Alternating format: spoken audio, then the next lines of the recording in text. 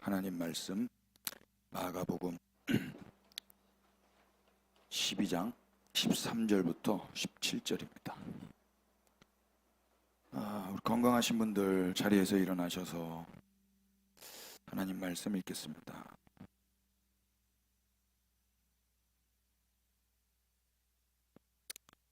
어, 13절부터 17절까지 우리 다 같이 읽겠습니다. 시작. 그들이 예수의 말씀을 책잡으려 하여 바리새인과 헤롯 땅 중에서 사람을 보내매 와서 이르되, 선생님이여, 우리가 아노니 당신은 참되시고 아무도 꺼리는 일이 없으시니 이는 사람을 외모로 보지 않고 오직 진리로서 하나님의 도를 가르치심이니이다. 가이사에게 세금을 바치는 것이 옳으니까 옳지 아니하니까 우리가 바치리까 말리까 한데, 예수께서 그 외식함을 아시고 이르시되, 어찌하여 나를 시험하느냐? 데나리온 하나를 가져다가 내게 보이라 하시니 가져왔거늘 예수께서 이르시되, 그 형상과 이 글이 누구의 것이냐? 이르되 가이사의 것이니이다.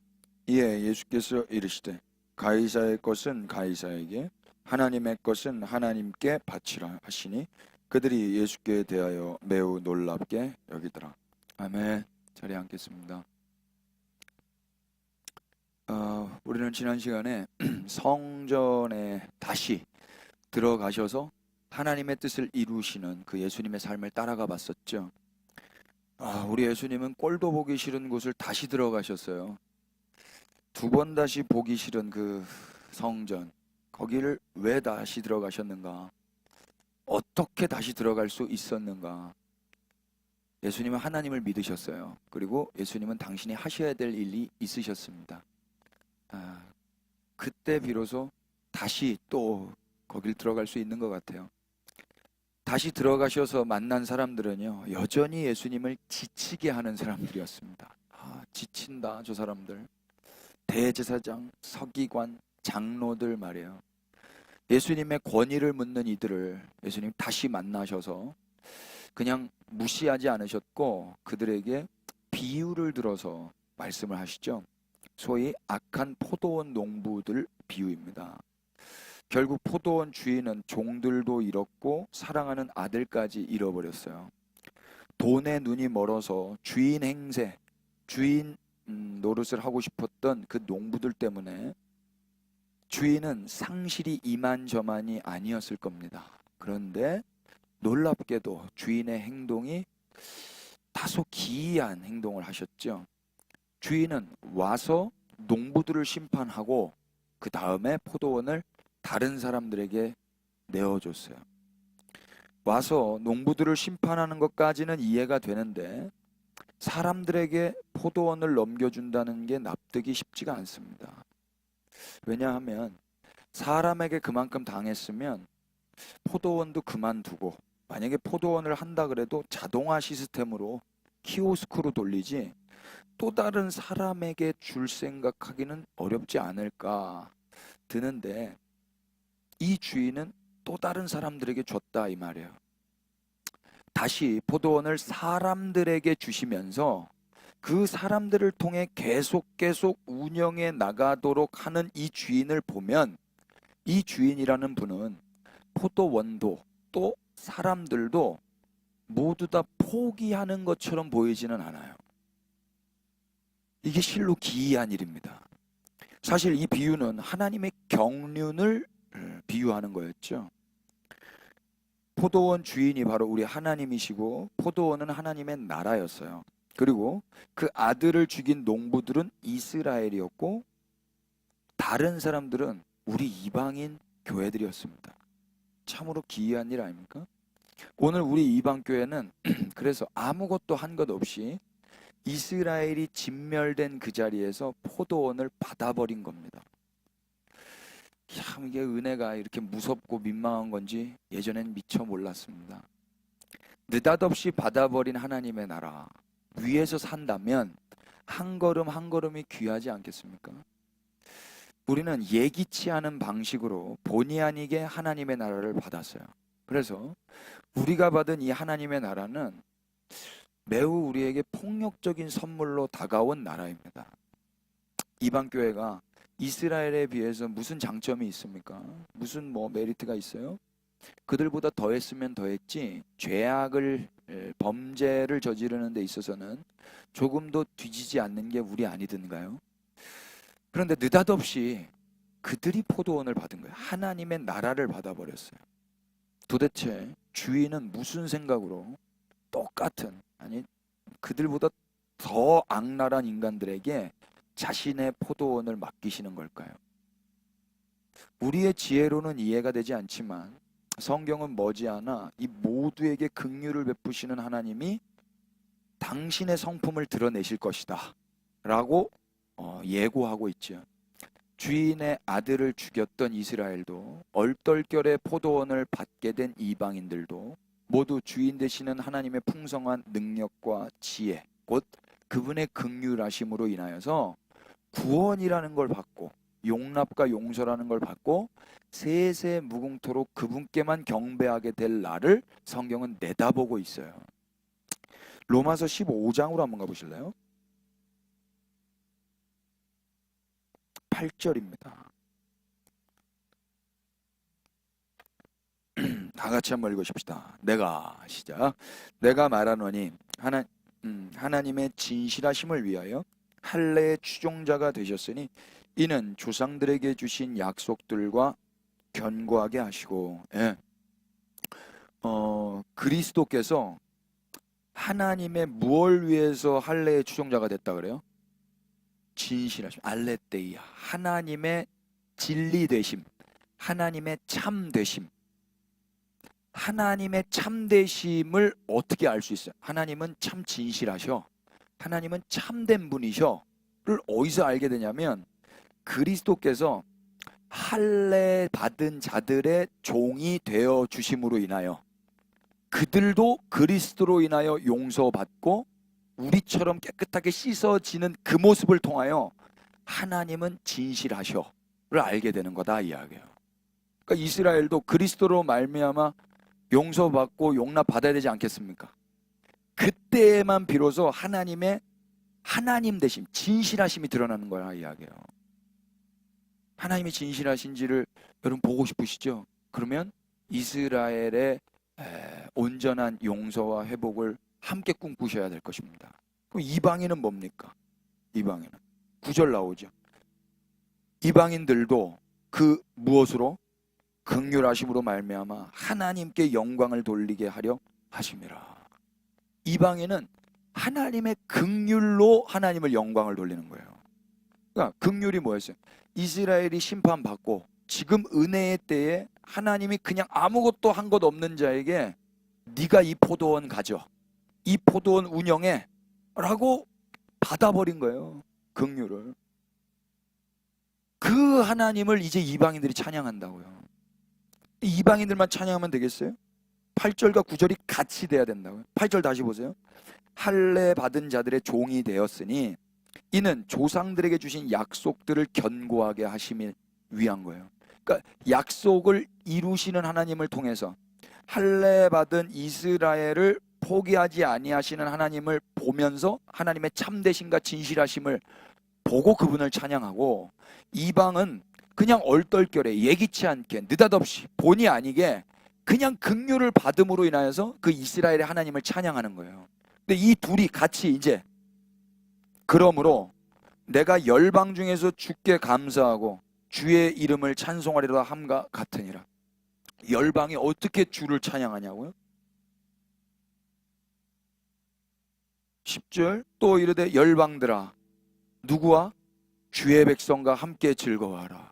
여기서 주의 백성은 누구일까요? 이스라엘이죠. 우리 아까 찬양했잖아요. 우리 오집사님 이거 제 설교를 들으셨나? 아니 마지막 찬양이 원래 선곡되어 있던 거였어요.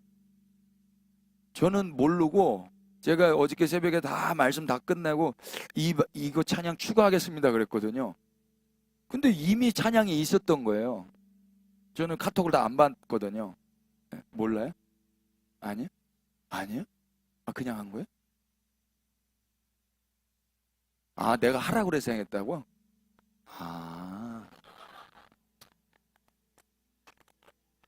내가 한다고. 아, 그랬구나. 아, 난 주님 오신 줄 알았어. 나는 아, 그렇게. 아, 아니, 그렇게 여러분 신비적이지가 않아요. 이해되셨어요, 여러분? 너무 긴장하고 있었네. 주님 앞에서, 지금 임재 앞에서. 아무튼요, 감사합니다. 그러니까 아까 이 찬양 말고 그 찬양, 열방들아 찬양하라 그러잖아요. 그러니까 주의 백성과 함께 찬양하라는 거예요. 그러니까 둘 다, 그러니까 우열이 있을 수 있어요. 찬양 받으실 그분이 이스라엘에게는 진실하심을 나타내셨고 이방인에게는 긍휼하심을 나타내신다고요. 둘 다 그분의 은혜를 받았기 때문에 같이 함께 그분을 찬양하는 거예요. 그날을 소망하십시다. 예. 자, 보세요. 모든 열방들아 주를 찬양하며 모든 백성들아 그를 찬송하라 하셨으며, 또 누가 이르되? 이사야가 이르되. 이사야는 어느 나라 사람이에요? 예. 또 이새의 뿌리도 이스라엘 사람이에요. 거기에서 열방을 다스리기 위하여 일어나시는 이가 있었던 거예요. 근데 이게 이사야서를 통해서만 확인이 되는 거예요. 그러니까 열방 입장에서는 이사야서가 얼마나 고마워요. 그죠? 그리고 그래서 열방이 그에게 소망을 두는 거예요. 우리는 열방입니다, 여러분. 열방이 그에게 소망을 두니까 얼마나 고맙습니까? 그런데 봤더니 내가 나된 이유는 하나님으로 말미암아 긍휼을 받은 것도 있지만 이들이 진멸당함으로 말미암아 내가 그냥 은혜를 받았네를 알게 된 거예요. 그러니까 이제 어떻게 해야 되겠어요? 하나님, 저들을 향한 당신의 참되심, 저들 조상들로부터 시작된 그 약속이 이루어질 때 당신이 참되시다는 게 드러날 텐데, 그게 성경의 약속인데 이제 이루어 주셔야 되겠습니다 라고 이제 열방은 그 기도 제목 가지고 달려들어야 되지 않겠어요? 그거예요. 그래서 13절이 이렇게 끝나죠. 소망의 하나님이 모든 기쁨과 평강을 믿음 안에서 너희에게 충만하게 하사 성령의 능력으로 소망이 넘치게 하시기를 원하노라. 헛된 기대나 헛된 소망 품지 않고요, 하나님의 약속이 성취될 그 날을 고대하고 소망하면서 우리 신앙생활을 하십시다. 우리가 지난 시간에 이 말씀을 우리가 이제 들은 겁니다. 그렇다면 이 하나님의 경륜이 오늘 우리에게 어떤 유익이 되고 현대를 살아가는 신자들에게 이제 어떤 삶을 살아가게 할까요? 오케이, 말씀은 알았어. 그런데 우리의 현실은 또 현실이잖아요. 이 어떤 상관성이라든지 어떤 영향을 받아야 되지 않겠어요?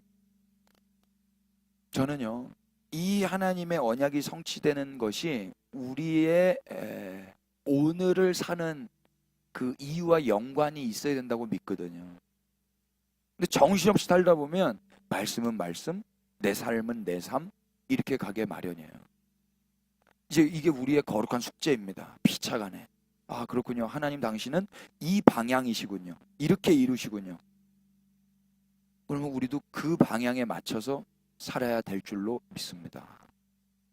하나님의 무한한 긍휼하심과 거룩하신 그 처음부터 하신 그 약속을 진실되게 지키시는 그 하나님의 진실하심을 아는 신자라면 그 신자답게 우리는 하루하루를 살아야 할 거예요.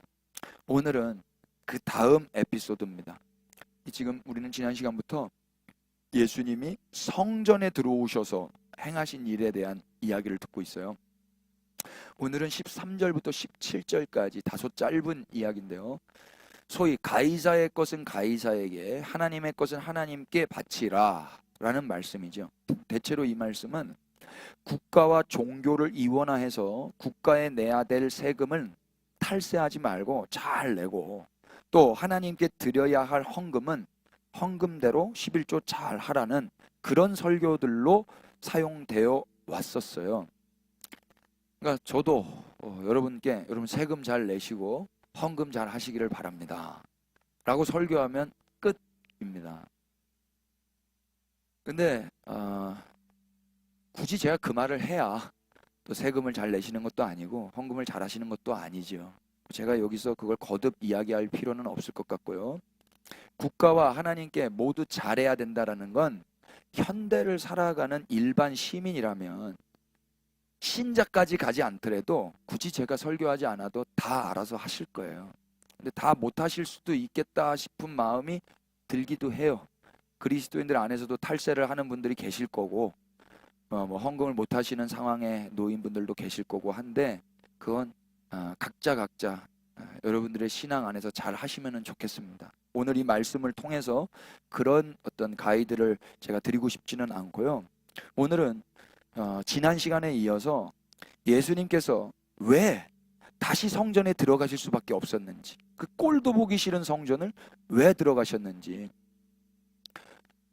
지난 시간에는 그렇게 들어가신 이유가 결국 이방인들이 포도원을 얻게 되는 그 이야기를 우리는 지난 시간에 보았고, 오늘은 그 다음 이야기를 하려고 그래요. 성전에 예수님이 다시 들어가셔서 이루어내신 일이 무엇인지에 대한 이야기 말이에요. 기대가 되시는지 모르겠습니다. 일부 예배 같아요. 13절 보실래요?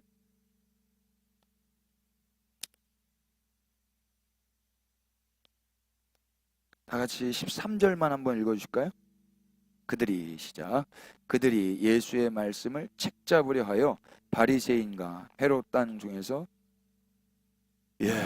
그들이 예수님의 말씀을 책잡으려고 바리새인과 헤롯 당 중에서 어떤 사람들을 보냈겠어요? 비리비리한 놈들 보냈겠어요? 야무진 놈들 보냈겠어요?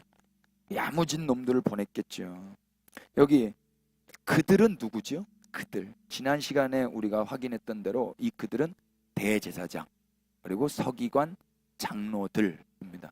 이들이 이제 더 자기들이 안 되니까 또 괜찮은 애들 이렇게 보낸 거예요. 목적이 뭐죠? 예수님의 말씀을 책잡기 위함입니다. 우리말 책잡기라고 번역한 헬라 말이 아그류오예요. 뜻이 뭐냐면 되게 살벌합니다. 사냥하다. 사냥. 그러니까 예수님이 사냥당하시기 위해서 지금 이 사람들이 오는 거예요. 예수님을 사냥하기 위해서. 그러니까 헌터들을 보낸 거죠. 여기에 첫 번째 메시지가 있는데요. 끈질긴 사냥꾼들의 방해 공작. 예수님의 이 원수들, 예수님의 말씀을 책잡으려고 온 사람들은요, 한 번 실패했다고 해서 끝나지가 않아요. 한 번 물러갔다고 해서 끝난 거예요. 계속 보내는 겁니다. 계속. 또 다른 방법으로, 더 야무진 놈으로 계속 사냥꾼들을 보내는 거예요. 와, 이게 원수들의 특징이고 헌터들의 특징이에요.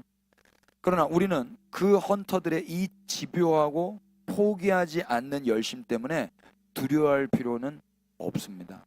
왜 그런 거 아니에요? 이 헌터들이라 할지라도 이들이 잡아 죽여서 예수님이 돌아가시는 게 아니거든요. 이들이 오고 가고 하는 것도 다 하나님의 시간표 안에서 오고 가는 거예요. 맞습니까? 아무리 그들이 갖은 공작으로 예수님을 사냥하려고 달려들어도 예수님은 하나님의 때에 하나님의 방법 안에서 십자가에 매달리시게 될 겁니다. 이게 은혜의 소식인데요. 예수님이 하나님의 손 아래에서 죽임 당하시듯이 우리 역시 하나님의 손 아래에 있음을 믿으시기 바랍니다. 뭐예요? 원수들이, 헌터들이 아무리 오늘도 우는 사자처럼 우리에게 달려들고 또 달려들고 야무진 놈이 또 삼키려고 와도 우리는 원수들에 의해서 죽지 않는다 이야기예요. 상황과 환경이 아무리 우리를 삼키려고 해도 그 상황 안에서 우리가 죽는 게 아니에요. 우리는 하나님 안에서 죽는 자들입니다. 이게 은혜라고요. 이게. 아, 얘가 와도 나 안 죽는구나. 이 상황 때문에 죽는 거 아니구나. 죽어도 하나님이 날 죽이신 거구나. 이렇게 알면은 이게 은혜란 말입니다. 하나님의 아들 되신 예수님이 하나님의 손 아래에서 하나님의 시간표 아래에 있었다면 예수 그리스도와 연합된 우리 역시 하나님의 손 아래에서 하나님의 시간표 아래에서 오늘을 사는 거다 이야기예요. 그렇기 때문에 또 헌터들이 찾아오고 원수들이 쳐들어왔다고 해서 당황할 거 없습니다. 문제가 또 터지고 이슈들이 계속 밀려온다 할지라도 속상해하거나 더 나아가서 하나님 멱살 잡고 하나님께 원망할 일 아니다 이야기예요. 오히려 이 모든 해프닝을 통해서 하나님은 하나님의 때에 하나님의 일을 하실 겁니다. 그걸 내다보면서 주 뜻대로 하소서 담덤히 사는 거예요. 사냥꾼이 오든 말든 우리는 우리의 일을 하는 거다 이야기입니다. 그들이 어떤 말로 예수님을 사냥하려고 했는지 14절 보실까요? 와서 이르되 선생님이여 우리가 아노니 당신은 참되시고 아무도 거리끼는 일이 없으시니 이는 사람을 외모로 보지 않고 오직 진리로서 하나님의 도를 가르치심이니이다. 다 같이 시작. 가이사에게 세금을 바치는 것이 옳으니까 옳지 아니니까. 계속 우리가 바치리이까 말리이까. 이게 사냥꾼들이 던진 덫이었어요. 덫. 먹어, 물어, 덥석 물어. 그럼 너는 끝이야. 이렇게 지금 사냥꾼들이 덫을 던져버린 겁니다. 여기 세금이라고 번역한 헬라어가 켄소스인데요. 이건 인구조사라는 뜻이더라고요. 세금이 아니라 인구조사. 그래서 이건 인두세를 의미하는 거구나 라고 이제 학자들이 이야기를 하더라고요.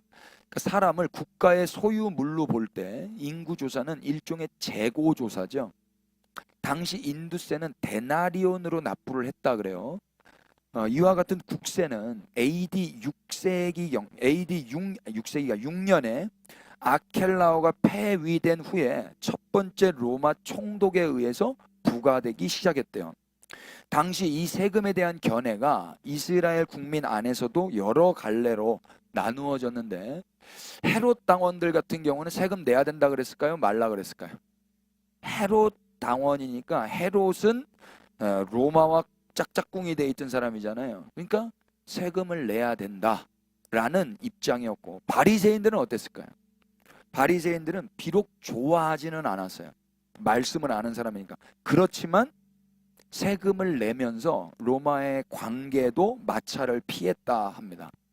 반면에 갈릴리의 유다가 이끄는 극단적인 민족주의자들, 열심 당원들 같은 경우는 세금 납부하기를 어떻게 했을까요? 거부했죠. 무슨 세금이야? 막 이랬을 거 아닙니까? 오히려 이들은 로마에 대항을 하면서 짧은 기간 지속된 반란을 계속 일으키죠. 계속. 열혈당원들 같은 경우는 어떻게? 열혈당원들 결코 내지 않죠. 죽으면 죽으리다. 내가 혀를 깨물고 죽으면 죽었지 웬 로마에게 세금을 내냐. 그리고 이런 세금 납부 반대는 백성들, 다른 수많은 민초들의 감정을 대변하는 그런 역할도 했다 그래요. 당시 유대 사회에서의 이 세금 문제는 대중들에게 지속적으로 매우 불만스러운 거였고요. 그것에 대한 저항은 로마 당국에게 있어서 골치 아픈 문제였을 겁니다. 따라서 핵심은 뭐냐면 사람들이 이 지배국 정부와 로마 군대에 의해서 부과된 이 세금법을 따라야 하는지 아니면 따르지 말아야 되는지에 대해서 지금 예수님께 질문을 한 거예요. 만약에 예수님이 세금 내, 세금 납부해 라고 말씀을 하신다면 예수님을 지금까지 따랐던 수많은 사람들, 민초들을 매우 실망시키게 될 것이고요. 만약에 세금 내지 마, 세금 납부하지 마 라고 예수님이 말씀하신다면 로마인들에게 반란 선동자로 고발을 당할 거예요. 이런 사냥을 하려고 지금 헌터들이 예수님께 덫을 던진 겁니다. 이들의 공세에 예수님이 뭐라고 대답하시는지 15절 후반절을 읽어보십시다. 예수께서 시작. 예수께서 그 외식함을 아시고 이르시되 어찌하여 나를 시험하느냐. 데나리온 하나를 가져다가 내게 보이라 하시니. 예수님 뭐라 그랬어요? 어찌하여 나를 시험하느냐. 데나리온 하나 가지고 와봐. 데나리온 하나 가져와서 내게 보여봐. 그랬어요.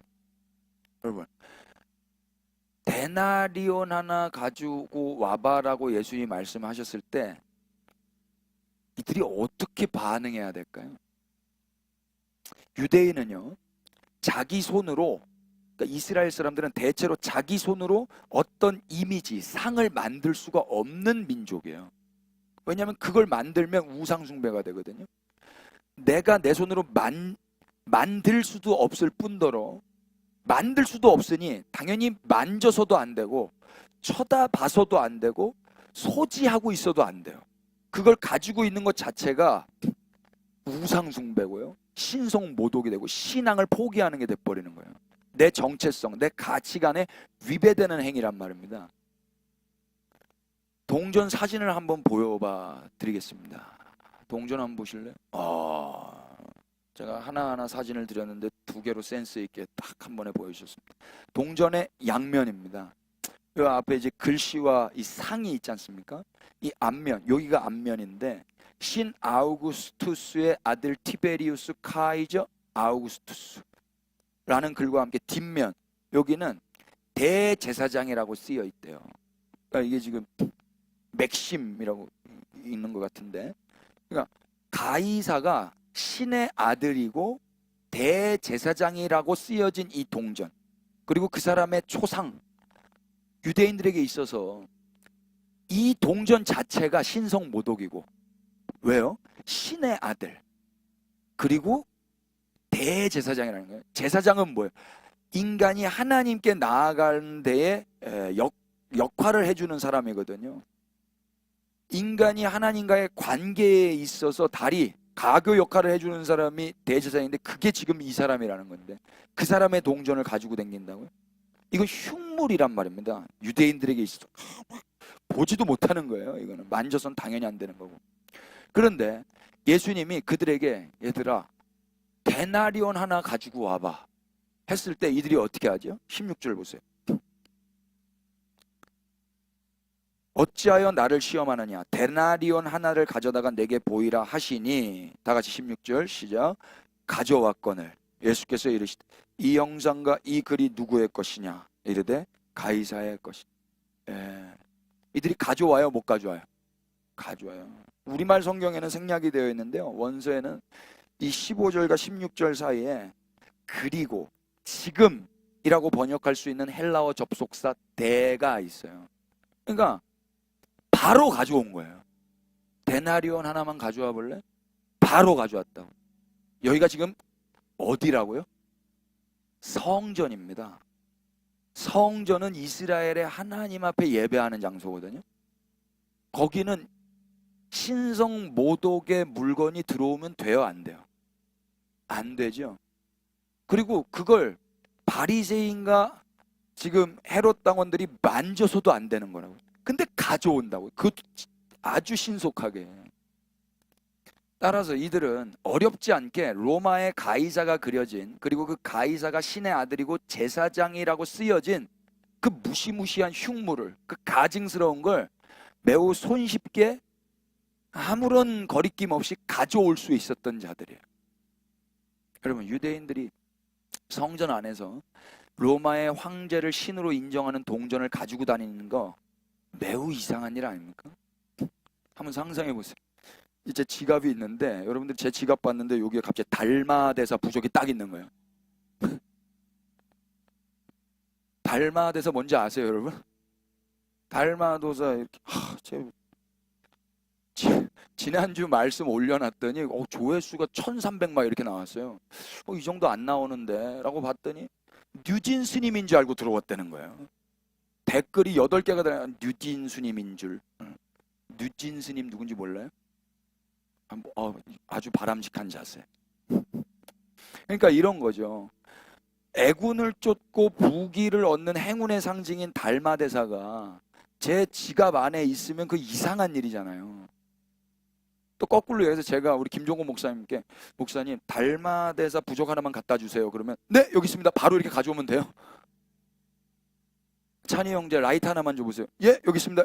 이게 되냐고. 이게 안 되잖아요. 이게 라이터가 뭐예요? 이래야 되는 거 아니에요? 달마도사가 누구예요? 이래야 된단 말입니다. 근데 너무나 쉽게 여기 있습니다, 이거 찾으셨죠? 이렇게 나온다. 그럼 그 사람이 어떤 사람이라는 거예요? 응? 이 사람의 가치관과 이 사람의 세계관이 어떤 상태라는 게 지금 다 폭로되는 거 아니겠습니까? 데나리온 여기 있습니다. 내가 지금 만지고 있는 거예요. 유대인들의 가치관이 그런 상태였다 이야기입니다. 예수님이 그걸 지금 폭로하고 계시는 거죠. 원래는 데나리온이 뭐예요? 데나리온은 어디서 구할 수 있어요? 조금만 기다려 주시겠어요? 여긴 성전이니까 내가 저 이방인들에게 가서 이방인 시켜서 좀 가져오겠습니다.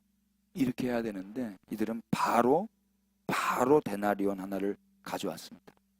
그 가져온 그들에게 예수님이 뭐라고 말씀하시죠? 16절 다시 한번 보세요. 이 형상과 이 글이 누구의 거냐? 저는 이 예수님의 질문을 듣는데요. 예수님 몰라서 묻는 건 아니실 거 아니에요. 예수님 아셨을 거거든요. 그러니까 이 질문에 뭔가 의중을 담으셔서 이야기를 하신 것 같은데 이렇게 말씀하신 것 같아요. 이 로마의 가치, 이 세속적 세계관, 이거 누구 거야? 너 데나리온 이거 누구 거야? 네 호주머니에서 나온 거야? 아니면 남의 호주머니에서 나온 거야? 어쩌다 이렇게 빨리 가져온 거야? 이거 네 거야? 네 거 아니야? 달마 이거 네 거야? 너 그런 사람이었어? 말은 물질이고 뭐고 다 소용없고 주님만이 왕이시라고 말해놓고 넌 뒤에서 물질이 왕이었네? 애군을 쫓는 게 네 인생의 목표였네? 하나님이 너의 왕이 아니라 너는 그냥 이 돈, 이 로마와 쿵쿵짝하면서 사는 게 너의 소망이었네? 너 이 가치관으로 살고 있었네? 이렇게 말씀하시는 것처럼 들렸어요. 그랬더니 이들이 뭐라고 대답하죠? 가이사의 건데요. 제 거 아닌데요. 가이사 건데요. 가이사 거야? 근데 네가 왜 가지고 있어? 가이사 거면 가이사한테 줘야지. 왜 네가 가지고 있냐고. 너 이런 거 만지면 안 될 사람이잖아. 가이사의 것은 가이사에게나 줘버려. 너는 너 걸 가지고 있어야지. 그래서 17절에 예수님이 이렇게 덧붙이세요. 다 같이 읽어볼까요? 시작. 이에 예수께서 이르시되 가이사의 건 가이사에게, 하나님의 것은 하나님께 바치라 하시니 그들이 예수께 대하여 매우 놀랍게 여기시다. 여기서 그 유명한 이 말씀이 나오는 거예요. 이게 무슨 말이에요? 니네 말대로 이게 가이사의 것이라면 가이사에게 갖다 주세요. 가이사한테 언능 주세요.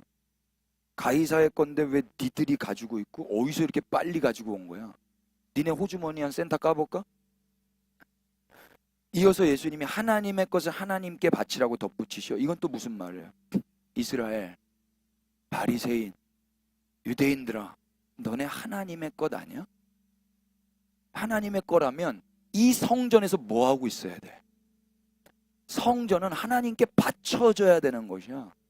제물이 되어서 하나님께 바쳐지라고 성전이 이렇게 있는데 이 성전에서 너는 가이사의 것을 호주머니에 넣고 가이사의 것이 되어서 살고 있는 거 아니냐 이 말이야. 이 정곡을 찌르신 거야. 정곡. 이거 하려고 예수님이 꼴도 보기 싫은 성전에 다시 들어오신 거야. 다시. 유대인들과 바리새인들, 헤롯 당들에게 너희는 하나님의 것이야. 하나님의 소유야. 그래서 너희는 하나님께 드려져야 할 민족이야. 근데 니네 뭐 하고 있는 거야 여기서?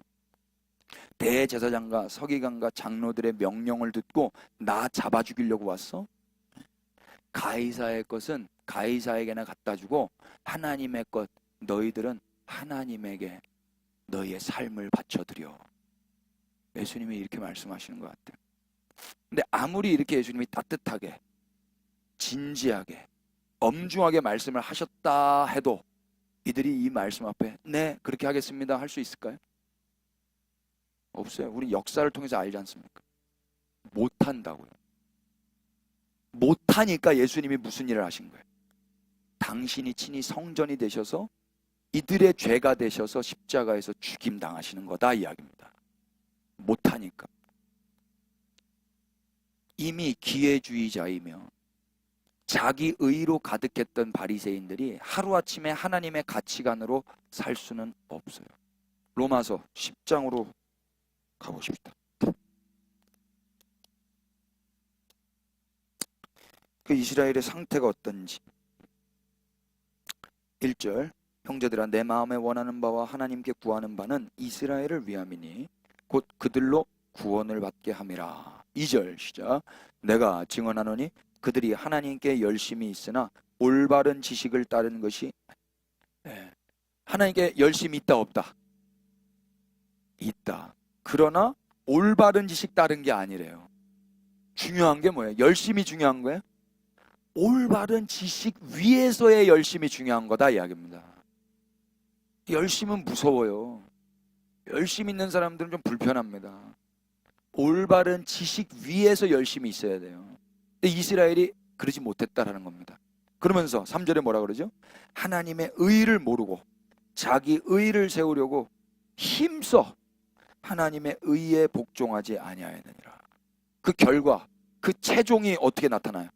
하나님의 의로우심으로 오신 예수 그리스도를 죽이는 데까지 나타나지 않습니까? 이 열심. 그런데 사도 바울은 그들이 구원받기를 원한다고 기도하고 있다고. 그리고 편지를 쓰고 있고.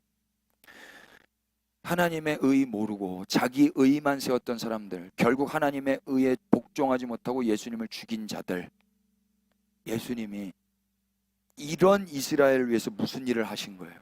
무슨 일? 이제부터가 복음입니다. 우리는 지난주부터 계속 예수님이 왜 다시 성전에 들어오셔서 꼴도 보기 싫은 자들을 다시 대면하셔야 되는지를 배우고 있죠. 예수님이 오늘 또 왜 성전에 들어가셔서 이들과 이 사냥꾼들과 대치하고 계신 거예요? 16절, 본문 16절을 다시 한번 보세요. 마가복음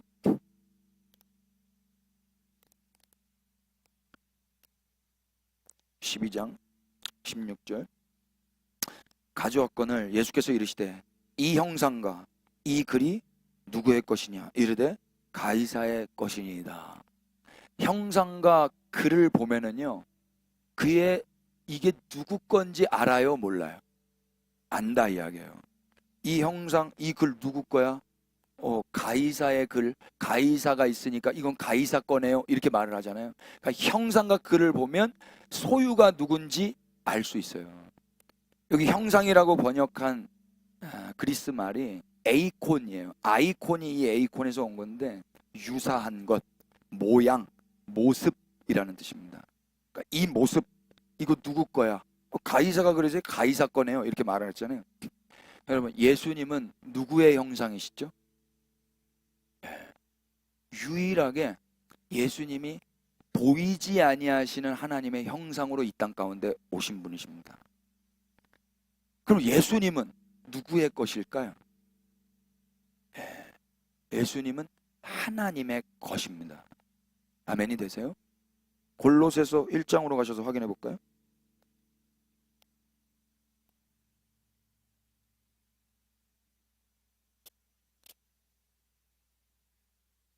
다 같이 15절입니다. 시작. 그는 보이지 아니하는 하나님의 형상이시요 모든 피조물보다 먼저 나신 이시니. 아멘. 여기서 말하는 그는 예수님이십니다. 예수님은 보이지 않는 하나님의 형상이십니다. 아멘. 언제 할 거예요?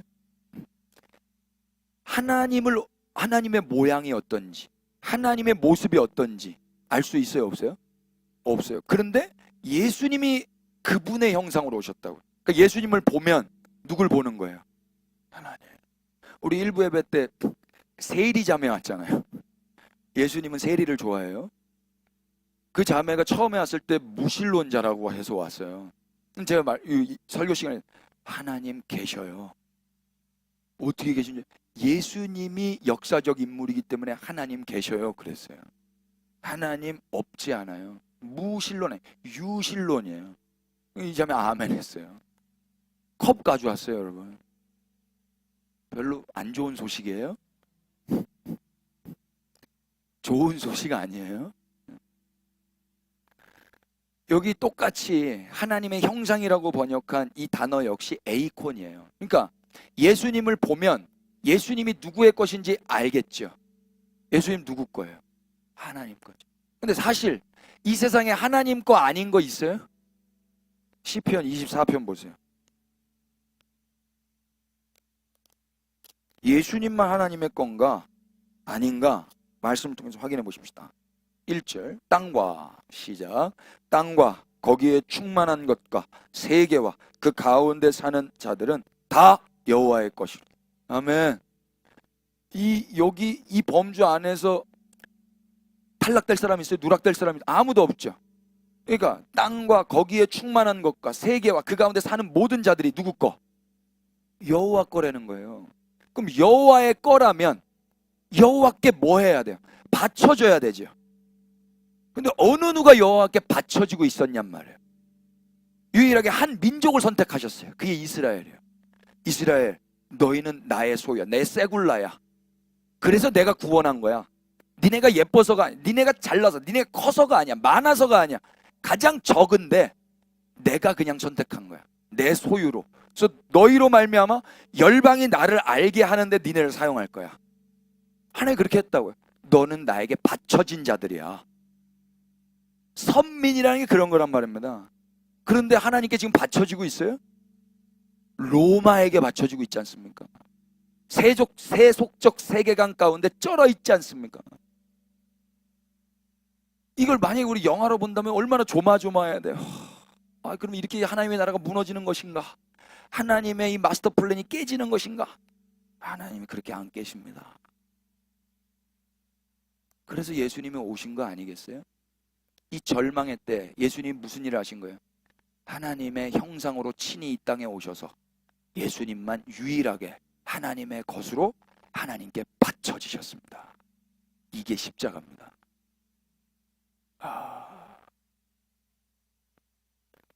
그래서 그 십자가에서 죽임당하심으로 뭘 만들어내신 거예요?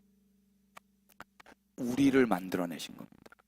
거룩한 산부인가에서 예수님이 하나님의 것으로 하나님의 형상으로 이 땅에 오셔서 죽임당하시고 하나님께 드려지시고 바쳐지시고 우리라는 교회를 탄생시키셨단 말이에요.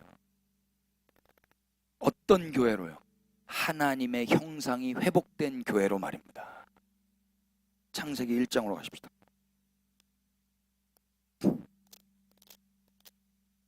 다 같이 26절이에요. 시작. 하나님이 이르시되 우리의 형상을 따라 우리의 모양대로 우리가 사람을 만들고 하늘의 새와 가축과 온 땅과 땅에 기는 모든 것을 다스리게 하자 하시고 계속 하나님이 자기 형상 곧 하나님의 형상대로 사람을 창조하시되 남자와 여자로 창조하시고 하나님의 형상이 뭐냐면요 남자와 여자로 창조하신 거예요. 그러니까 둘이 연합된 상태가 하나님의 형상이라고요. 이게 어디서 회복이 돼요? 예수 그리스도가 죽임 당하시고 거기서 예수 그리스도와 우리가 연합된 한 사람으로 한 새로운 거듭난 존재로 창조가 되는 겁니다. 그게 교회라고 하는 거예요. 그리스도인. 이걸 만들어내셨어요. 그럼 이제 우리는 누구 거가 된 거예요? 하나님 거가 된 거죠. 그러면 우리의 존재 목적은 뭐예요? 하나님께 그걸 예배하면서 산다 그러는 거예요. 아멘이 되세요? 원래 우리 모두는 다 하나님의 형상으로 지음받은 존재들이었어요. 그런데 아시다시피 죄가 그 형상을 파괴시켜버렸죠. 이 형상이 무너져 버렸어요. 근데 유일하게 이걸 회복시키실 하나님의 형상 예수 그리스도께서 십자가에서 당신이 성전이 되시고 죄가 되셔서 파괴되신 뒤에 당신이 하나님께 드려지셨어요. 아버지 절 받으세요. 이렇게 온 세상에 하나님의 것이 아닌 게 아무것도 없었었는데 그 어느 누구 하나 하나님께 드려지는 자가 없었어요. 죄로 인하여. 유대인이라고 하나님께 드려졌어요? 하나님의 소유, 하나님의 나라 이스라엘이 하나님께 드려졌던 거예요? 가이사의 것이 되어서 가이사의 개노릇이나 하고 있었어요. 그때 유일하게 예수님께서 육신이 되셔서 하나님의 형상으로 이 땅에 내려오셨고 제물로 바쳐지신 거예요. 그래서 지금 예수님은 그 꼴도 보기 싫은 우리 입장에서는 두 번 다시 보고 싶지 않은 그 지치게 하는 사람들을 다시 만나러 들어가신 거죠. 그 결과 그렇게 예수님의 희생 곧 하나님께 드려짐으로 인하여 이스라엘과 열방은 아무 공로 없이 창조 때의 그 하나님의 형상을 회복받게 된 것입니다. 그래서 다시 하나님의 것이 되어 하나님께 바쳐지는, 하나님께 드려지는 예배라는 것을 할 수 있게 된 거죠. 그래서 오늘 우리가 이곳에 모여서 예배 드리는 거 아니겠습니까? 예. 이번 한 주도, 이번 한 달도 그렇게 하나님께 드려지기 위해서 사는 거다 이야기예요. 아멘이 되세요? 여기까지 할까요? 이거 뭐 만유 인력의 법칙인가요? 이거 뭐 정신 바짝 차리고 이해한 것 같은데 여러분들 맞아요?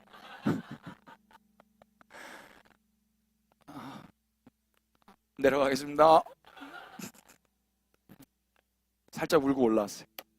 고린도전서 3장 한번 열어봐 주실래요? 1부도 제가 거기서 끝내려다가 1부도 끝까지 했어요. 3부인데 고린도전서 3장 제가 쓰고 다 쓴 다음에 2페이지를 또 지웠어요. 또 다 쓴 다음에 또 지웠어요. 그리고 오늘 이게 온 건데 그래 또 여러분 빨리 끝내라고 막 그러니까 담임 목사님 청빙위원회를 구성을 하셔가지고 자 21절부터 보실래요? 다 같이 그런즉 시작. 그런즉 누구든지 사람을 자랑하지 말라. 만물이 다 너의. 이거 꼭 듣고 가셨어야 돼요. 끝나고 보세요. 안 들었으면 큰일 날 뻔했네. 이 말 나왔으면 좋겠어요. 뭐라고 말씀하시죠? 그런즉 누구든지 누굴 자랑하지 말라. 사람 자랑. 가이사 사람이에요, 신이에요? 사람이죠. 자랑하지 말라고 번역한 이 헬라어가 카우카우마인데요. 기뻐하다, 영광 돌리다, 뽐내다 이런 거예요. 사람으로 인하여 기뻐하고 그 사람 때문에 내가 막 기분이 좋아지고 그래서 그 사람을 영광 돌리고 그거 하지 말라는 거예요. 왜 그거 하지 말라는 거예요? 만물이 다 누구 거래나? 아니 21절 이거 너무 벅차가지고 이게 받아들이시기 어렵죠. 만물이 너희 거예요. 여기서 말하는 너희는 누굴까요? 고린도 교회입니다. 고린도 교회요. 너네 지금 사람 자랑하고 싶어? 사람 때문에 분열된 거야? 게바 편, 베드로 편, 아볼로 편? 니네가 누군지 모르는구나. 그리스도 안에서 니네가 어떤 존재가 됐냐면 하나님의 것이 됐고 그리스도와 연합이 되었단다. 교회가 그런 거란다. 하나님은 모든 것의 주인이시란다. 근데 너희가 그 하나님과 연합됐단다. 그러면 너희는 이 모든 것의 주인이란다. 근데 사람 가지고 싸우고 있고 사람으로 기뻐하고 있고 사람께 찬양을 돌리고 있어? 그거 하지 마. 그 이야기를 하고 있는 거예요. 자신을 비롯해서 자기도 사람이죠. 자기도 사람이잖아요. 그 어떤 사람, 그 어떤 지도자, 그 어떤 훌륭한 사람이라 할지라도 그를 자랑하고 그 사람에게 영광 돌리고 그 사람으로 인하여 기뻐할 게 아니라 그 시간에 하나님 자랑하고 하나님 경배하고 하나님께 자기를 드리면서 사는 게 교회지. 교회들 지금 너 뭐 하고 있는 거야? 이제 교회에게 사람은요 삶의 안정감이나 내 기쁨의 근원이 될 수가 없는 거예요. 그 사람이 어떤 사람이 됐건 간에. 맞습니까? 사람만 그래요? 가이사도 그래요. 가이사가 우리의 기쁨의 근원이 될 수 있어요? 어떤 정치적 지도자가 우리의 기쁨의 근원이 될 수 있습니까? 내 꿈이 내 인생의 기쁨의 근원이 될 수 있어요? 세속적 가치관에 있는 사람은 꿈이 전부죠. 전 꿈밖에 없었어요.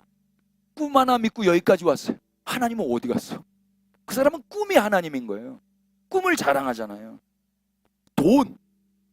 이 시대는 돈이 자랑이죠. 다 그렇단 말입니다. 근데 그런 거 자랑할 거 아니다. 이야. 그거 뽐내고 그거에게 영광을 돌릴 게 아니라는 거예요. 왜요? 교회는 어떤 존재인지 그거 다 너희 거다. 너희 거에는 왜 돈이 없어? 돈 위에서 살라 이야기예요. 예수님이 창조에 된 그리스도의 몸된 교회는 어떤 존재인가? 23절 보세요. 다 같이 읽어볼까요? 너희는 시작. 너희는 그리스도의 것이고 그리스도는, 아멘, 너희는 그리스도의 것이고 그리스도는 하나님의 것이야. 따라서 그리스도와 연합된 교회 역시 하나님의 거라는 거예요. 하나님의 거라는 게 뭐예요? 하나님의 소유라는 거예요. 여러분, 제가 이거 제 지갑 이거 제 거잖아요. 이거 떨어졌다고 제가 베트남에서 이야기했죠. 50만 동. 네가 뭔데 내 지갑을 바꾸라 말라야. 떨어졌으니까. 그럼 저는 이 지갑이 다 떨어져도 안 바꿉니다. 이거 우리 박병탁님 제가 일부 예배 또 이야기했는데 저희 빈곤 포르노 하는 거 아닙니다. 이거를 이렇게 놓고 댕기면 성도님들이 저를 지갑 사줄 거라고 하면서 제가 이걸 가지고 댕긴다는 거예요.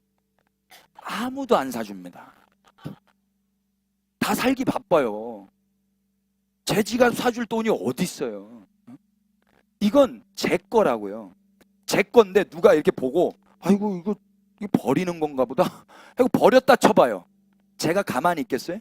누가 내 거 갖다 버렸어. 아니 그걸 왜 갖다 버려요? 내가 승질내지 않겠어요? 연기 괜찮았어요? 더 하고 싶었는데. 여러분, 우리가 하나님 거라는 게 무슨 말이에요? 얘가 쓰레기 같아가지고 버렸는데 누가 갖다 버리래? 내 거를. 원수가 얘 이렇게 죄 짓고 얘 이렇게 맨날 실수하고 낭패감 가운데 사는 거 갖다 버려도 되는 거야? 누가 갖다 버리래? 얜 내 거 됐는데 누가 갖다 버리래? 하나님 이 정도 안 했을 것 같아. 누가 갖다 버리래? 이게 하나님 거 된 거란 말입니다. 교회야 니네가 그런 존재인데 지금 사람들 가지고 지금 니네 뭐 하고 있냐? 베드로 편, 게바 편, 아볼라. 22절 보세요. 다 같이 바울이나 시작. 바울이나 아볼로나 게바나 세계나 생명이나 사망이나 지금 것이나 장래 것이나 다. 우와, 이 감당되세요 여러분? 아볼로, 바울, 게바, 이 사람들 니네 거야. 니네 건데 뭐 그렇게 이 사람들. 또 뭐도 세계나 생명, 이 코스모스, 이 세상도 네 거란다. 이게 왜 우리께 됐어요? 우리가 하나님 거 됐기 때문에 그래요.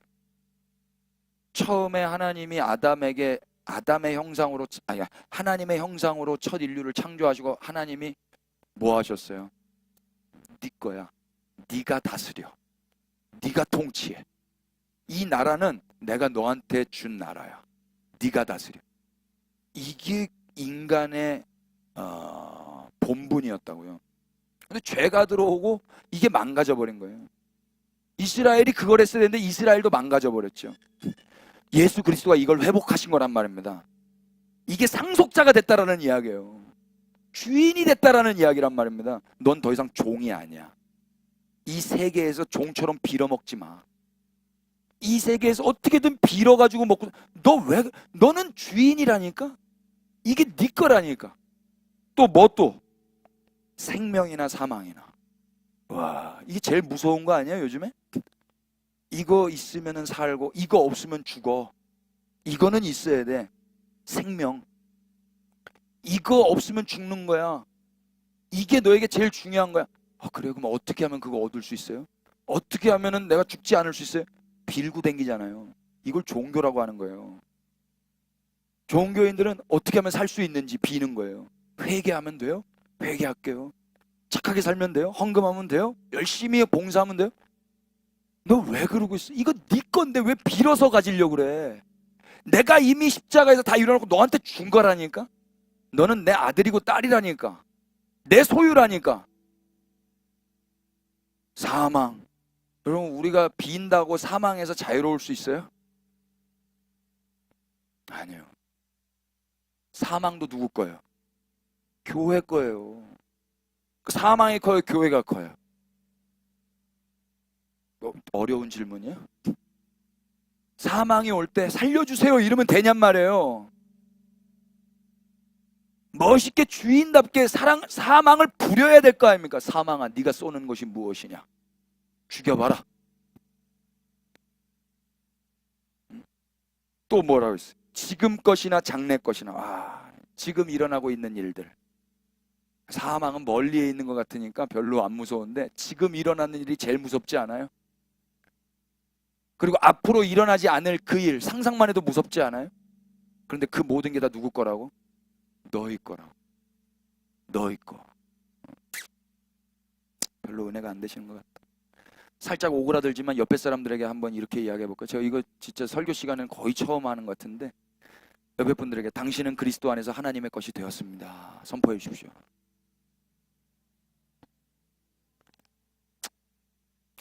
우리 태희 자매님, 제가 이거는 시키지 않았는데 이걸 하고 계시네요. 참 착한 학생입니다. 또 한 번만 해주세요. 당신은 하나님의 것입니다.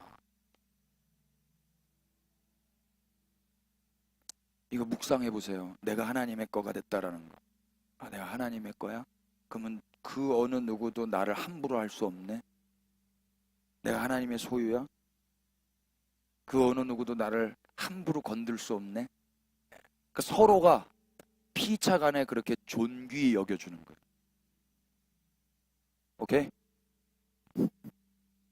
그렇다면 이제 이 하나님의 소유된 교회는 어떻게 살아야 될까요? 다시 22절. 아볼로나 바울이나 게바나 세계나 생명이나 사망이나 지금 것이나 장래 것이나 다 너희의 것이다. 그리스도의 몸된 교회를 아볼로가, 바울이, 게바가 조종할 수 있어요? 세계가 우리를 조종할 수 있어요? 생명과 사망과 지금 것과 장래 것이 우리를 지배하거나 조종할 수 없다 이야기예요.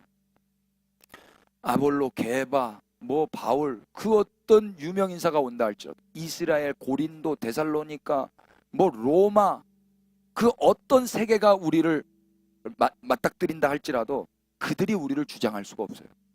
이 시대의 인간에게 있어서 가장 두려울 법한 생명이나 사망이라 할지라도, 지금 있는 일, 또 앞으로 있을 일, 그 어떤 일이라 할지라도 그게 우리를 지배할 수 없어요.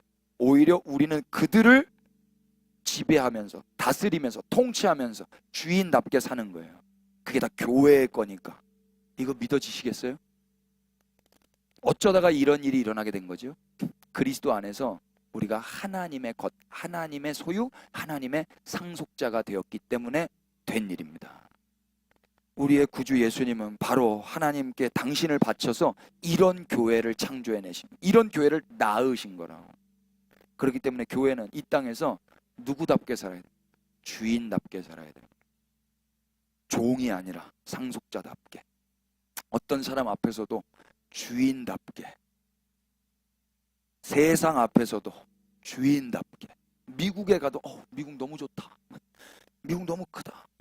중국 가도 공산주의 가도 주인답게 사는 거라고. 생명과 사망 앞에서도 사망 왔구나, 오케이 가야 되겠네, 주인답게. 우리의 문제 앞에서도 주인답게. 미래에 올 문제 앞에서도 주인답게. 주도권을 누가 갖고 사는 거예요? 교회가 갖고 사는 거라고. 교회가. 그러니까 주도권을 갖고 기도하는 것과 주도권이 내 거야? 이걸 모르는 상태에서 마구 비는 건 완전 다른 거예요. 누가 그거 하라고 그랬어요? 예수님이 그래서 피 흘리신 거예요? 열심히 기도는 하는데 그게 결국 네 의의를 위해서 하는 거네. 바르지 않은 지식 위해서 하는 거네. 그래서 내가 죽었잖아. 그 세상의 것에 있는 너네들을 건져내기 위해서 유일한 나, 하나님의 것, 하나님의 형상이 하나님께 바쳐짐으로 인해서 그 형상을 회복시켰잖아. 그럼 너네도 하나님께 바쳐지는 삶으로 살아야지. 하나님께 바쳐지는 삶으로 이 세상을 통치하면서 다스리면서 의연하게 주인답게 살라고 그랬지. 내가 언제 빌면서 살라고 그랬어. 멋있게 살아야지. 그래서 의연하고 당당하게 주인의 품격을 지키며 근사하게 살아보라고 주신 이 하루를 우리는 잘 살아야 되지 않겠어요? 종처럼 빌어먹는 게 아니라 상속자로서 주인다운 면모를 보이며 사는 거, 이게 교회의 삶이란 말입니다. 이것이 바로 하나님의 것으로 하나님께 바쳐지는 삶이고, 우리 예수님이 먼저 보여주신 삶이에요. 예수님이 얼마나 멋있었는지 우리 요한복음 10장을 통해서 확인해 볼까요?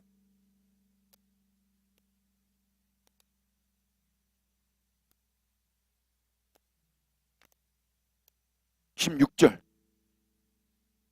다 같이 또 시작. 또 이 우리의 들지 아니한 다른 양들이 내게 있어 내가 인도하여야 할 터이니 그들도 내 음성을 듣고 한 무리가 되어 한 목자에게 있으리. 여기 우리에 들지 아니한 다른 양들이 누구예요? 이방인들이에요. 우리에 들었던 양들은 이스라엘이고요. 예수님이 우리에 들지 않았던 다른 양들의 목자가 되시기 위해서 죽임을 당하시는데, 죽임 당할 때 어떻게 죽임 당하는가 보세요. 예수님 하나님의 것이기 때문에 주인답게 죽으세요. 자, 17절 시작. 내가 내 목숨을 버리는 것은 그것을 내가 다시 얻기 위함이니 이로 말미암아 아버지께서 나를 사랑하시느니라. 계속 이를 내게서 빼앗는 자가 있는 것이 아니라 내가 스스로 버리노라. 나는 버릴 권세도 있고 다시 얻을 권세도 있으니 이 계명은 내 아버지에게서 받았노라 하시니라. 아멘. 예수님 뭐라 그래요? 예수님 주인 다음에 품격을 보이시고 계시는데 예수님이 스스로 목숨을 버리시는 거예요. 저들이 죽이는 게 아니라고. 니네가 날 죽이는 것처럼 보여도 아니야. 내가 스스로 버리는 거예요. 왜요? 하나님의 것이기 때문에 하나님께 바쳐지시는 거거든. 그로 인해서 예수님 하나님께 바쳐주셨고 유대인은 물론이고 이방인들까지 다 인도하시는 목자가 되어주신 거죠. 예수님 빼앗기신 게 아니에요. 스스로 버리신 거예요. 스스로 버리시니 하나님이 그를 살리시는 거예요. 완전 멋있지 않아요? 우리 태희자매 지금 공사가 한창인데 그 이야기 듣는데 하루아침에 저도 옛날에 그랬거든요. 같이 일하던 후배가 사장님이랑 둘이 이야기를 해가지고 이 인수를 해버린 거예요. 센터를. 저는 모르고. 얘가 오늘부터 제가 사장입니다 형님 그러는 거예요. 너무 놀랐어요. 그러면서 뭐라 하냐면 지난번에 받으시던 거 그 정도는 못 드리겠습니다. 뭐 얼마 줄 수 있어? 지난번에 100만 원이었으면 50만 원, 50%가 깎이는 거예요. 고마워. 잘해볼게. 제가 이렇게 했을게요. 못하겠더라 그렇게. 나가라는 거네. 그래 잘해. 나갈게. 그리고 나왔어요. 근데 우리 태희자매도 비슷하게 나오시더라. 그러니까 지금 주인 사장님 되시는 거예요. 거기서는 있을 수 없으니까. 완전 그게 멋있어요. 피곤하긴 해요. 사실 그렇지만 우리의 현실도 이렇게 멋있으면 참 좋겠습니다만 현실은 이렇게 멋지지 못할 때가 많죠. 그 사망과 생명과 현재일과 장래일과 그 사람들에 의해서 내가 그들을 통치하면서 그들 위해서 주인답게 멋있게 살아야 되는데 그렇게 멋있게 살아져요? 전 잘 안 사라지더라고요. 우리의 현실은 자주 사람들에게 이끌려 댕기고요. 이 세상 일에 마음이 자주 빼앗겨요. 하루에도 몇 번씩. 사람이 계속 좋던가요? 때로는 바울 같은 사람이 좋을 수 있고요. 하루에도 아볼로가 좋다. 아니, 베드로가 좋겠는데. 때로는 베드로가 좋을 수 있거든요. 이 변덕스러운 게 우리 마음이잖아요. 그러니까 그때 얼마나 괴로워요. 내가 저들 위해서 주도권을 갖고 살아야 되는데 그들에게 휘말리고 있으니. 생명과 사망 때문에 우리는 늘 빌지 않던가요? 하나님 죽을 것 같아요. 살려주세요. 지금 이 상황이 너무 무서워요. 우리는 사망과 생명에 늘 휘둘려요. 누가 우리에게 생명 준다고 하면 그에게 뭐라도 할 판이고요. 우리를 살려준다고 하면 그에게 뭐라도 할 판이고, 우리를 죽인다 그러면 벌벌 떨면서 내 신앙도 다 팔아먹을 판이에요. 그런 우리를 볼 때 여러분 기분이 어떠세요? 그런 자기를 볼 때 내가 멋있게 주인 되어서 살지 못하고 현재일은 현재일대로, 장래일은 장래일대로 우리를 그렇게 힘들게 할 때마다 전전긍긍하면서 신앙까지도 위태로워지는 우리 자신의 이 꼬라지를 볼 때 자괴감과 정죄감에 빠져본 적 없으시던가요? 우린 이때 어떻게 해야 돼요?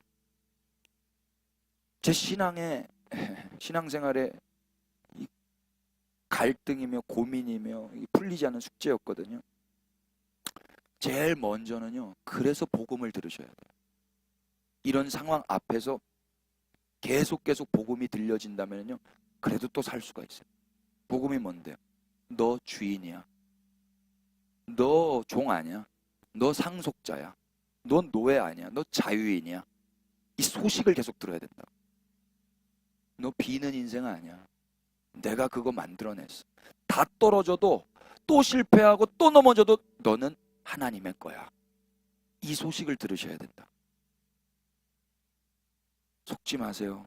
우리는 이미 그리스도 안에서 종이 아니라 주인으로 사는 자들이에요. 그리고 또 이 소식을 들으셔야 돼요. 로마서 8장으로 가보세요.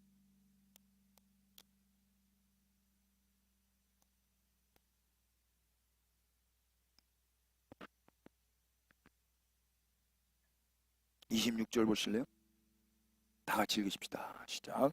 이와 같이 성령도 우리의 연약함을 도우시나니 우리는 마땅히 기도할 바를 알지 못한 말할 수 없는 탄식으로 우리를 위하여 친히 간구하시네. 아멘. 성령이 왜 계시는가? 우리의 연약함을 도우시기 위해서 계신답니다. 우리는 마땅히 기도할 바를 알아요, 몰라요?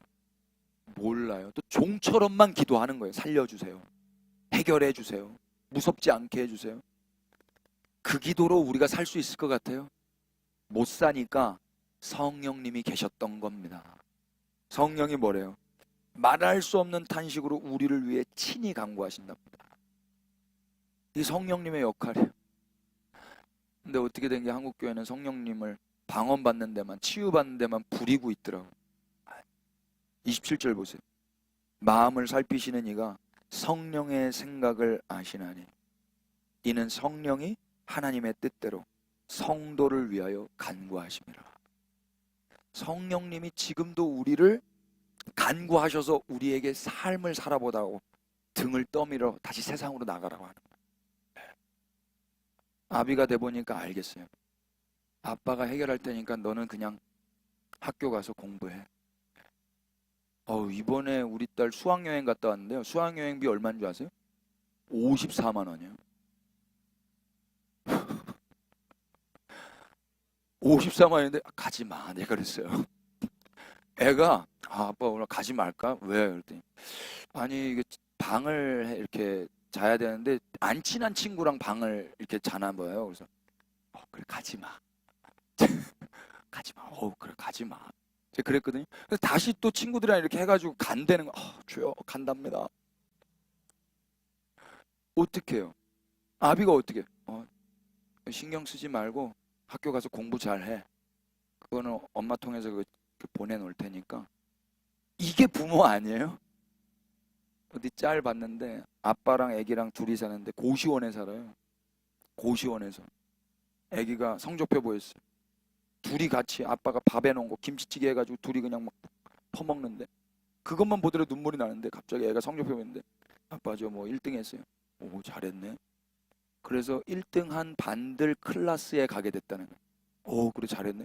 그런데 그 반에 들어가려면 32만 원 내야 된다는 거예요. 학원비가. 아빠 밥 먹다. 얼마 안 하네. 잘했어. 아무 생각하지 말고 너는 공부만 열심히 해. 그러니까 애가 웃어요. 거기서. 그 전에는 웃으면 안 돼. 이 돈을 어디서 마련할까 애가. 근데 아빠는 노가다 나가야 되거든요. 아빠는 그렇게 말해놓고 이제 어떻게 해요? 나가서 돈 열심히 벌어야죠. 이 목적이 생겼잖아요. 이 목적이. 성령님이요. 너는 그냥 나가서 딜해. 내가 뒤에서 널 위해서 계속 기도하고 있을 테니까 너는 잘 살아. 그러고 계시답니다. 이게 교회예요, 여러분. 별로 안 좋으세요? 그래서 28절이 있어요. 잘 보세요. 우리가 알거니와 하나님을 사랑하는 자 누구래요? 곧 그의 뜻대로 부르심을 입은 자예요. 하나님을 사랑하는 자가 누구라고요? 내가 매일매일 주인답게 사는 자가 하나님을 사랑하는 자예요? 매일매일 하나님께 헌신 봉사하고 예배 잘 드리는 자가 하나님을 사랑하는 자든가요? 아니요. 하나님을 사랑하는 자는 곧 누구냐면 그의 뜻대로 부르심을 받은 자예요. 아, 이게 하나님을 사랑하는 자구나. 원수가 얘는 하나님 사랑하지 않는데요, 안 받쳐지고 있는데요, 주인 노릇 못하고 있는데요, 상속자 노릇 못하고 있는 대로 참소할 때 걔 말이 씨알도 안 맥히는 이유는 성경 진리의 근거에서 하나님을 사랑하는 자는 하나님의 뜻대로 부르심을 입은 자이기 때문에 그렇습니다. 얘는 얘의 어떠함과 상관없이 이미 나를 사랑하는 자야. 왜? 내가 얘를 불렀거든. 예수 그리스도 안에서 내가 얘를 이미 불렀기 때문에 얘의 지금의 어떠한 상태와 상관없이 얘는 나를 사랑하는 자야. 이게 은혜.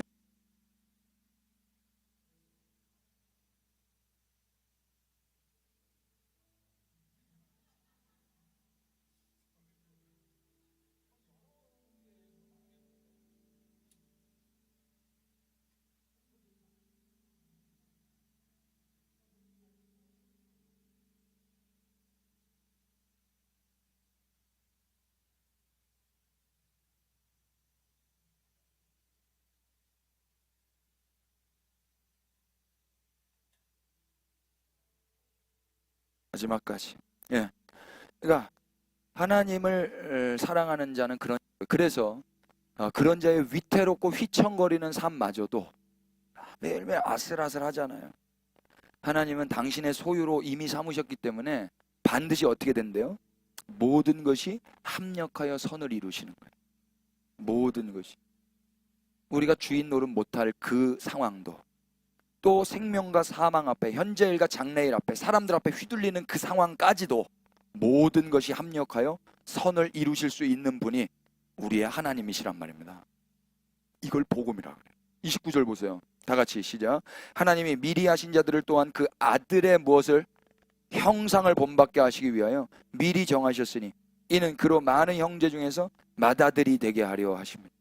예수님이 그 형상, 예수 그리스도를 통해서 이제 뭘 만들어? 둘째, 셋째, 넷째들을 만들어낸 거예요. 그러니까 이제 이들도 어떤 삶을 살 수밖에 없냐면 하나님께 바쳐지고 드려지는 삶을 살 수 있도록 예수님이 이 삶을 먼저 본이 되어서 보여주신 거예요. 하나님은 당신이 아신 자들을 하나님의 형상을 본받게 하시기 위해서 미리 정하셨다 그래요. 맏아들이 예수님이 되셨다면 이제 둘째, 셋째들이 계속 있는 거예요. 우리가 그 형제들이란 말입니다. 이미 그리스도 안에서 30절 보니까 미리 정하셨고 부르셨고 의롭다 하시고 영화롭게 하신 자들이기 때문에, 이게 중요해요. 시제를 보세요. 정하신, 또한 부르시고, 부르신 그들을 또한 의롭다 하시고, 의롭다 하신 그들을 또한 영화롭게 하셨느니라. 다 과거 완료거든요. 이미 그렇게 되어 있기 때문에 그들은 비록 매일의 삶에서 넘어지고 실패하고 주인답게 살지 못하는 낭패감이 든다 할지라도 완전 멸망할 자식들처럼 넘어진 거는 아닌 거예요. 실패해도 상속자에서 탈락되지 않는다 이야기입니다. 넘어져도 주인의 자리에서 쫓겨나지 않는 거예요. 그래서 여전히 아들의 형상으로 하나님의 것이 되어서 하나님께 바쳐질 수 있는 가능성은 늘 열려있는 것입니다. 이미 그들은 하나님의 것이 되었기 때문에 그 어떤 사람도, 그 어떤 세상도, 생명도, 사망도, 현재일도, 장래일도 변함없이 그들의 것이에요. 아, 내가 계속 주인이야? 지금 내가 이렇게 자빠져 있는데도 내가 그래도 주인으로 하나님은 여겨주시는 거야? 이 소식을 계속 들으셔야 돼요. 변함없이 교회는 그들의 주인입니다. 주인들이여, 정신을 바짝 차리십시다. 그리스도 안에서 하나님의 것이 되었는데 다시 가이사의 것이 될 수 있겠어요? 우리 아들 의연이가 똥 좀 많이 싸고 저한테 막 대들었다고 해서 갑자기 김유한 집사님 딸이 될 수 있어요? 그럴 수는 없는 거예요. 이것이 예수님 안에서 교회가 하나님의 것이 된 복된 소식이란 말이에요. 그렇기 때문에 교회는 실패하고 넘어진 그 자리에서 뭘 해야 되냐면 다시 분연히 일어나서 교회의 일을 하면서 사는 거예요. 다스리면서 하나님께 드려지면서 말이죠. 다시 또 넘어지면 또 하면 되는 거예요. 또 그 과정을 반복하면서 하나님은 하나님의 일을 하시고 우리는 하나님의 것답게끔 만들어져 갈 것입니다. 다시 말해서 아들의 형상을 본받아 주인답게 살아가면서 주인의 면모가 우리 안에서 이제 나타나게 될 거라 이야기해요. 예수님은 죽음의 자리에서도 스스로 죽음을 받아내시며 하나님께 당신을 드리셨죠. 아까 예배하는데 그런 감동이 그냥 와버렸어요. 예수님은 하나님께 드리셨어요. 그러자 하나님이 뭐 하셨어요? 그를 살리시죠. 그거래요. 교회는 그렇게 통치하면서 사는 거예요. 그러면 하나님이 그 교회를 어떻게 하시겠어요? 살리시는 거예요. 살아난 교회는 영원히 이제 하나님 찬양하는 거예요. 우리에게는 이 형상이 있어요. 우리에게는요. 뭘 못하겠어요? 이 세상. 가이사의 것은 가이사에게나 줘버리라 하고 우리는 그리스도로 인하여 하나님의 것이 된 자답게 사는 것입니다. 그럼 다시 이 복음으로 인하여 하루를 살아도 하나님께 나를 드리면서 사는 거예요. 실패했어요? 또 하는 거예요. 또 넘어졌어요? 또 해보는 거예요. 예수님이 이루어내신 업적 위에서 영광스러운 하나님의 소유로 그분의 상속자다운 품격을 가지고 종처럼 벌벌 떨면서 하는 게 아니라 의연하게 모든 것을 다 가진 자답게 툭툭 털면서 다시 일어나서 주인답게 사는 거다 이야기예요. 성경 한번 찾아보세요. 고린도 후서 6장 8절.